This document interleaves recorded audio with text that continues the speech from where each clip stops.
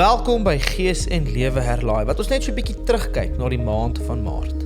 Laasweek het ons gesels oor die oop deur van toegang tot God en verlossing en hoe dankbaar ons is van die oop deure van die troonkamer, dat ons die troonkamer kan binnentree tot reg voor God.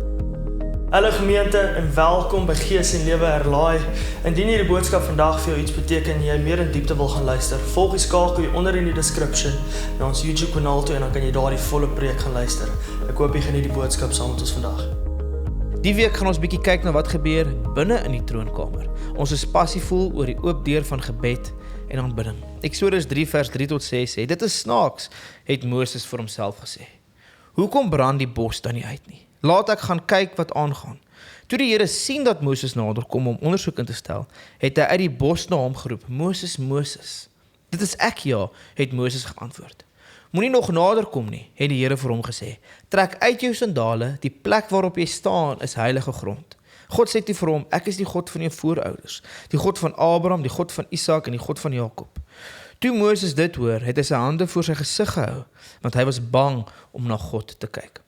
Gemeente, wanneer ons die troonkamer binnentree, is die eerste ding wat gebeur is, ons word oorweldig met die grootheid van God.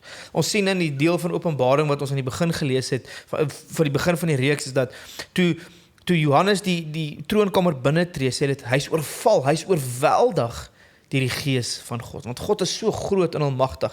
Jesaja 40 vers 25 tot 28 sê, wie sal julle met my vergelyk? Wie is my gelyke, vra die heilige een. Kyk op na die hemel, wie het die sterre gemaak? Hy laat hulle soos 'n leermag uitmarseer, die een ster na die ander, en roep elkeen by sy naam. Met sy groot krag en mag sorg hy, dat nie een wegraak of verdwaal nie. Israel, hoe kan jy dan sê, die Here sien nie my moeilikheid raak nie? Hoe kan jy beweer, God weier om na my saak te luister? Het jy nog nooit gehoor of verstaan nie? Weet jy nie dat van altyd af God is nie? Hy is die skepper van die hele aarde. Hy word nie moeg of gedaan nie, en niemand kan die dieptes van sy insig meet nie. Gemeente, wanneer ons die troonkamer binnentree, dan raak ons oorweldig met die grootheid van God.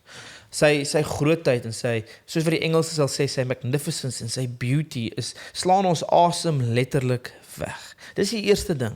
En wanneer ons dink aan passievol oor gebed en aanbidding, dan hou ons as Christene daarvoor om alles in klein boksies te pak, sodat ons dit kan verstaan. Maar eintlik is gebed en aanbidding en al hierdie dinge net bestanddele van dieselfde slaai. Dit is ons wat reageer op die grootheid van God. Selfs wanneer ons bid en vra, is dit ons wat sê, Here, ek kan nie hierdie ding doen nie, ek het U nodig om my te help. Ons reageer op die grootheid van God.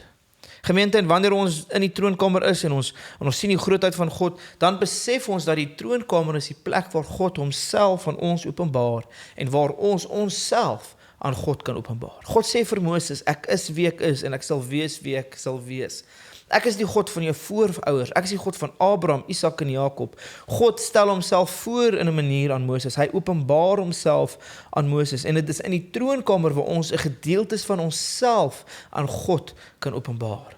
Ons is passievol oor daai oop deur, ons is passievol dat ons God kan ken. Jeremia 31 vers 33 tot 34 sê, maar so sal die nuwe verbond wees wat ek na hierdie tyd met Israel sal sluit, sê die Here.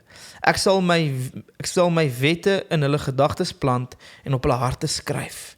Ek sal hulle God wees en hulle sal my volk wees.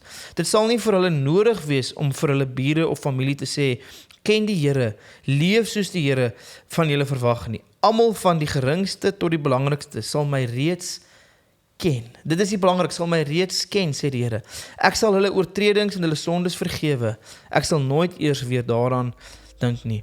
Gemeente, wanneer ons in die troonkamer is en God openbaar homself aan ons, dan skryf hy ietsie van homself in ons harte, soos ons hier geleer het. Ons leer hom ken, ons leer sy hart ken. Dit is waar ons kan kom en voor God huil selfs oor die dinge in ons hart, waar ons 'n gedeelte en hopelik ons hele self aan God kan openbaar. Ons sien dat God sê, in Johannes sê hy dat ons moet met hom een wees, soos wat hy met die Vader een is. Kom ons dink vir 'n oomblik aan daai prentjie, hoe ons die troonkamer binnentree, hoe ons in daai oomblik oorweldig word met die grootheid van God, met sy magnificence en sy beauty. En hoe ons in daai oomblik ons harte vir hom kan oopmaak en hy sy hart vir ons oopmaak. En ons met hom een word, soos wat hy met die Vader een word.